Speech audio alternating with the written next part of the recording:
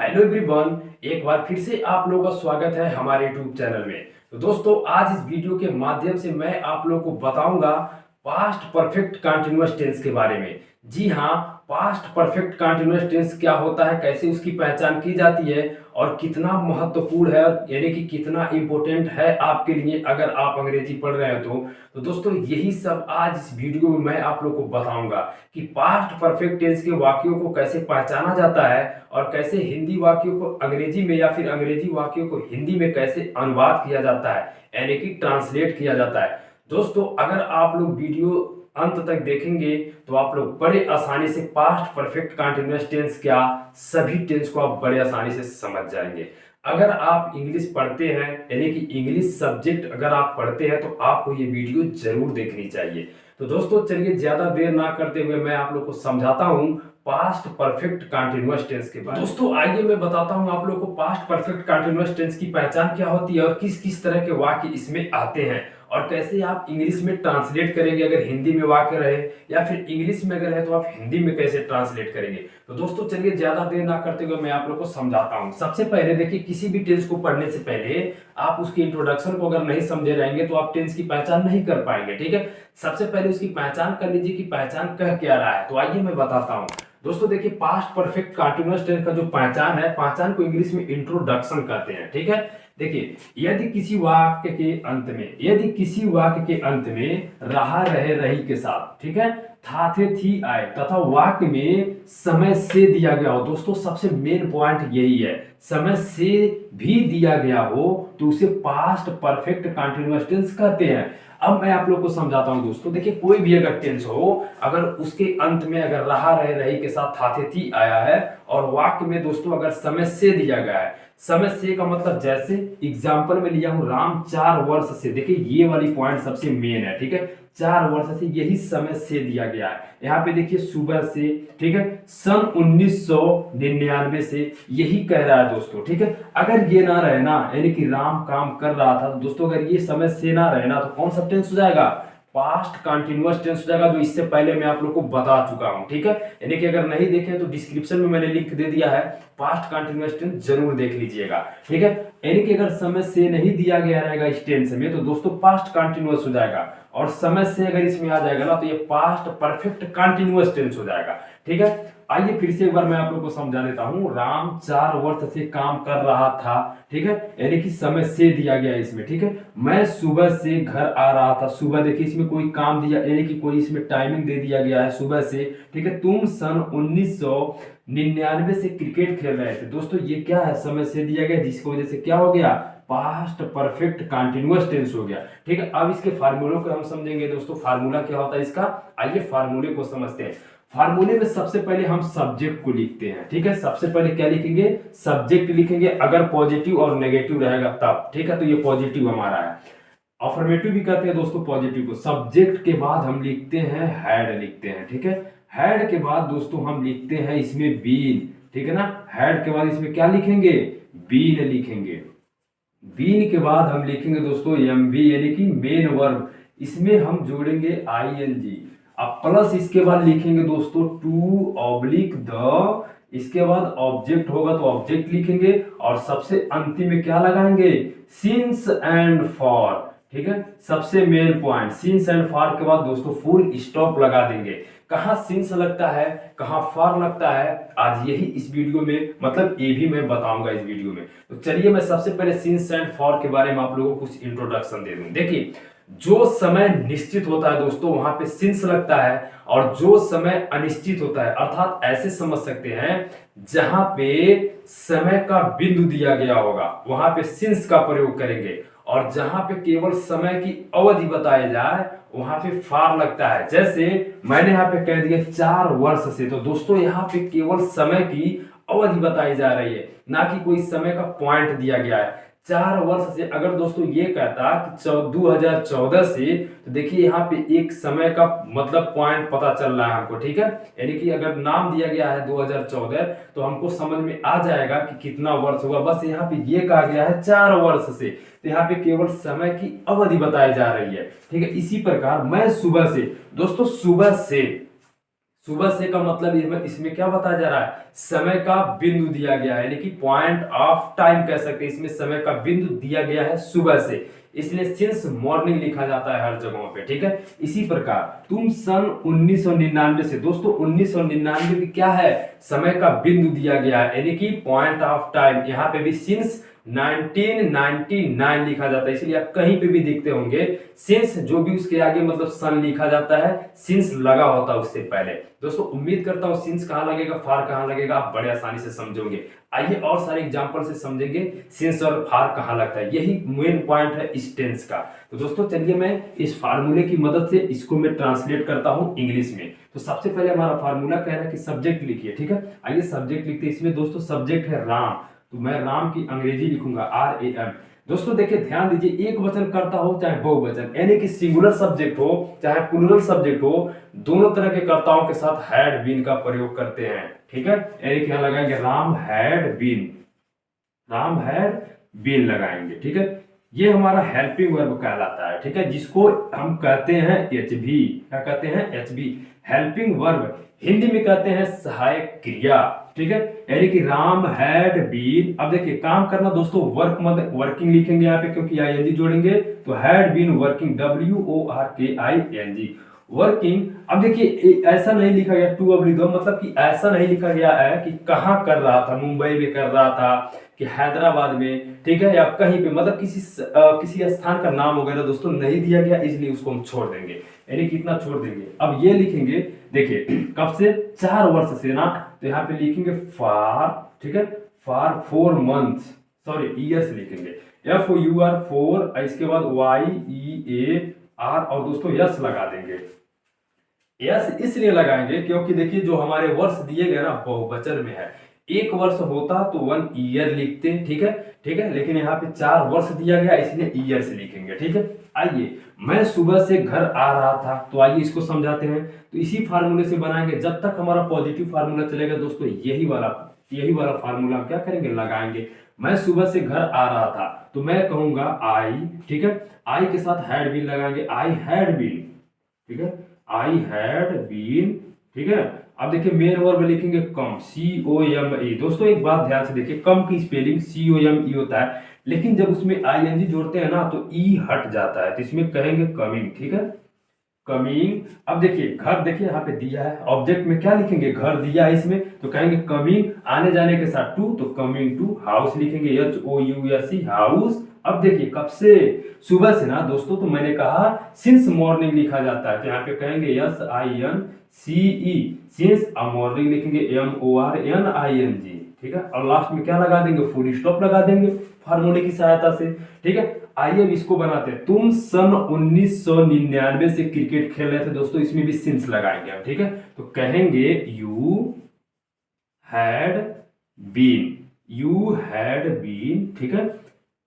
अब क्या लिखेंगे, खेलना का, यानी कि मेन वर्ब लिखेंगे, तो दोस्तों प्ले मतलब होता है खेलना, PLAY, इसमें ING जोड़ देंगे तो हो जाएगा प्लेइंग। अब क्या खेल रहा था, क्रिकेट ना, तो प्लेइंग द क्रिकेट लिखेंगे, द CRICKET, द क्रिकेट। अब देखिए कब से, 1999 से ना, तो कहेंगे सिंस, ठीक है, SINC, सिंस। अब 1999 लिख देंगे दोस्तों, 1999।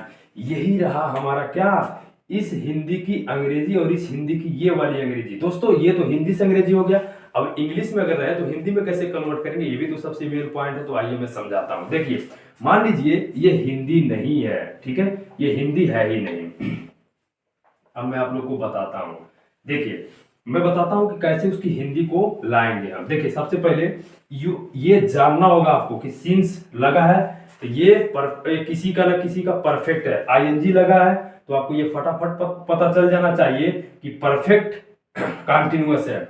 ING लगा है तो परफेक्ट कंटिन्यूअस। देखिए दोस्तों कंटिन्यूअस, किसी भी टेंस का कंटिन्यूअस हो उसमें ING लगता है। अगर कोई भी कंटिन्यूअस टेंस हो तो हम वर्ब में ING जोड़ते हैं। आप किसी भी कंटिन्यूअस टेंस को उठा के देख लीजिए, चाहे प्रेजेंट हो, पास्ट हो, फ्यूचर, कोई भी हो, आईएनजी जरूर लगा रहेगा। तो ये तो पता चल जाएगा कि आईएनजी लगा तो कंटिन्यूअस है, सिंस फॉर लगा है, तो इसमें क्या है, परफेक्ट, यानी कि परफेक्ट कंटिन्यूअस है। अब किसका परफेक्ट कंटिन्यूअस है, इस सहायक क्रिया हमें बताएगा दोस्तों, यही सहायता करेगा टेंस को पहचानने में।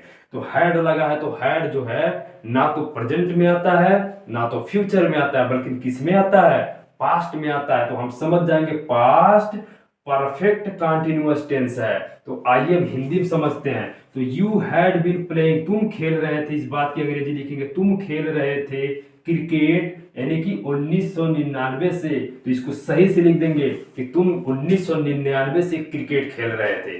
उम्मीद करता हूं कि आप मेरी बात जरूर समझे होंगे। आइए इस वाले को भी समझा देते हैं। देखिए, मैं सुबह से घर आ रहा था, मान लीजिए हिंदी है ही नहीं, सिर्फ इंग्लिश है और मुझे अब हिंदी लाना है, ठीक है।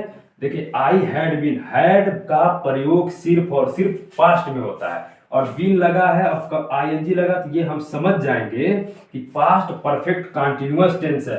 पास्ट परफेक्ट कंटिन्यूअस, क्योंकि यहाँ पे सिंस लगा है। दोस्तों, अगर आप टेंस की पहचान करेंगे तो पूरे वाक्यों को देख के ही ना पहचान करेंगे, ऐसा तो है नहीं एक अक्षर देख के पहचान करेंगे, ऐसा तो करेंगे नहीं।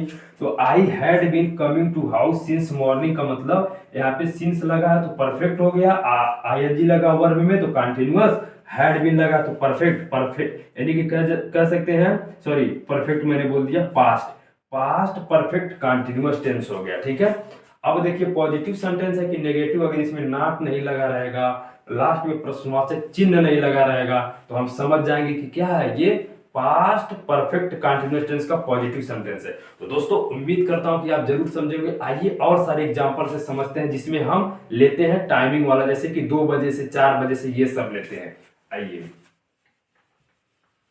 पॉजिटिव को ही लेते हैं दोस्तों, पर अच्छे से आप पॉजिटिव समझ जाइए, तब नेगेटिव बड़े आसानी से समझ जाएंगे, कहाँ नॉट लगाना है नहीं के लिए।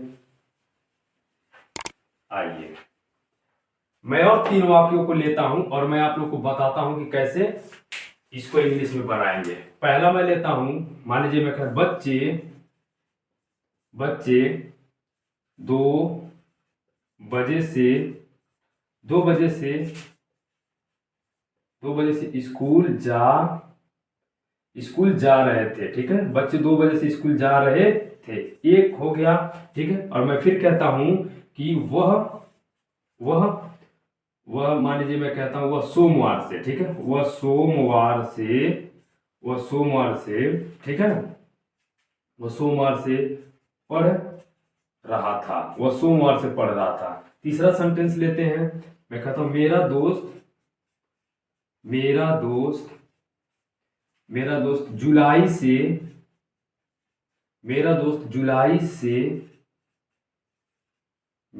जुलाई से, चलिए इसमें काम करना नहीं लिखे, क्योंकि इससे पहले वाले वाक्य में मैंने लिख रखा था, ठीक है। मेरा दोस्त जुलाई से क्या लिखूं इसमें, मेरा दोस्त जुलाई से चलिए ट्यूशन पढ़ा रहा था, मैं लिख देता हूं, मेरा दोस्त जुलाई से ट्यूशन पढ़ा रहा था।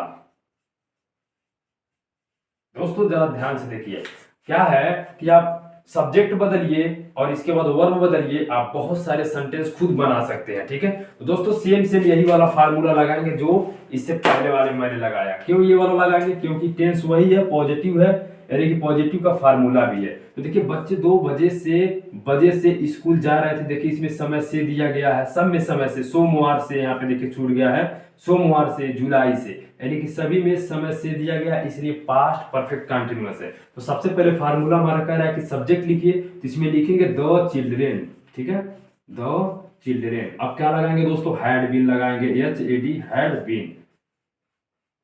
हैड बीन हो गया।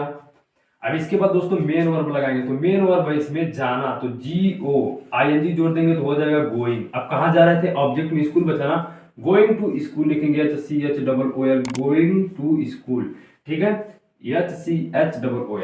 अब इसके बाद क्या करेंगे, देखिए सिंस लगा के दोस्तों देखिए 2 बजे से 3 बजे से 4 बजे से, चाहे कितना हो बजे से अगर कहा जाए तो उसमें सिंस लगता है, ठीक है, फार नहीं लगेगा, ध्यान रखिएगा। तो कहेंगे सिंस, SINCE, सिंस 2 o'clock लिखते हैं, CLOCK, क्लॉक, ठीक है। देखिए क्लॉक ऐसे लिखा जाता है, ओ लिखते हैं, उसके ऊपर एपॉस्ट्रोफी लगाते हैं, इसके बाद क्लॉक लिखते हैं, 2 o'clock, ठीक है। तो उम्मीद करता हूँ कि जरूर आप समझे होंगे, बहुत आसान है। ठीक है, वह सोमवार से पढ़ रहा था। ठीक है, तो आइए देखिए, लड़का है तो ही लिखेंगे, अगर लड़की रहती वह सोमवार से पढ़ रही थी होता तो यहाँ पे सी लगा दे, तो ही हैड लिखेंगे, he had been, he had been. अब देखिए पढ़ना होता रीड माने तो आईएनजी जोड़ देंगे दोस्तों, हो जाएगा reading, he had been reading. अब देखिए सोमवार से ना दोस्तों, इसमें भी देखिए एक दिन का नाम दिया गया है, समय का बिंदु दिया गया, दिन का नाम दिया गया, तो इसलिए सिंस लगाएंगे। ठीक है, तो कहेंगे SINCE since Monday, MONDAY Monday, since Monday. आइए दोस्तों ये वाला समझते हैं, मेरा दोस्त जुलाई से ट्यूशन पढ़ा रहा था। ठीक है, तो सबसे पहले मेरा दोस्त का अंग्रेजी लिखेंगे my friend, FRIEND my friend. ठीक है, अब इसके बाद सहायक क्रिया लिखेंगे हैड बीन। ठीक है, हैड लिखेंगे, हैड और बीन लगाएंगे। दोस्तों पढ़ाना किस माने होता है, टीच माने ना, TEACHING, टीचिंग हो गया, टीचिंग द ट्यूशन लिखेंगे, टीचिंग द ट्यूशन। अब देखिए जुलाई से ना दोस्तों, इसमें भी देखिए जुलाई एक वर्ष का महीने का नाम दिया गया है, जो जिसमें क्या है, ये भी समय निश्चित है। तो दोस्तों इसमें हम क्या लगाएंगे, फार लगाएंगे, सॉरी सिंस लगाएंगे, सिंस जुलाई। दोस्तों मैंने ऐसा वाक्य लिया कि जिसमें सारे के सारे सिंस का प्रयोग किया गया है। ठीक है, अब मैं आपको बता देता हूं कि मतलब फार कहाँ लगता है। जैसे यहाँ पे दिया कई महीने से, मेरा दोस्त कई महीने से ट्यूशन पढ़ा रहा था, अगर ऐसा होता तो यहाँ पे फार मेनी मंथ्स लिखते। ठीक है, यहाँ पे लिखा वह कई दिन से पढ़ रहा था, वह कई दिन से पढ़ रहा था, तो यहाँ पे भी वही लिखते, फार मेनी डेज लिखते, या कई महीने से फार मेनी मंथ लिखते, कई वर्ष से तो फार मेनी ईयर्स लिखते। दोस्तों आपको कैसा लगा ये वीडियो, समझ में आया कि नहीं, कमेंट बॉक्स में कमेंट करके जरूर बताइएगा। अगर दोस्तों आप लोग को ये वीडियो अच्छा लगा हो तो हमारे वीडियो को लाइक करिए, शेयर करिए, और अगर हमारे चैनल पर पहली बार है तो प्लीज चैनल को सब्सक्राइब जरूर कीजिए। दोस्तों मिलते हैं इसी चैप्टर को लेके अगले वाले वीडियो में। अगले वाले वीडियो में देखिए मैं आपको बताऊंगा नेगेटिव, इंट्रोगेटिव और इंट्रोगेटिव नेगेटिव के वाक्यों को किस तरह से हिंदी में कन्वर्ट किया जाता है, या फिर हिंदी से इंग्लिश में कैसे उसको ट्रांसलेट किया जाता है। यही सब मैं अगले वाले वीडियो में दोस्तों बताऊंगा। तो मिलते हैं उसी वीडियो में, तब तक के लिए जय हिंद।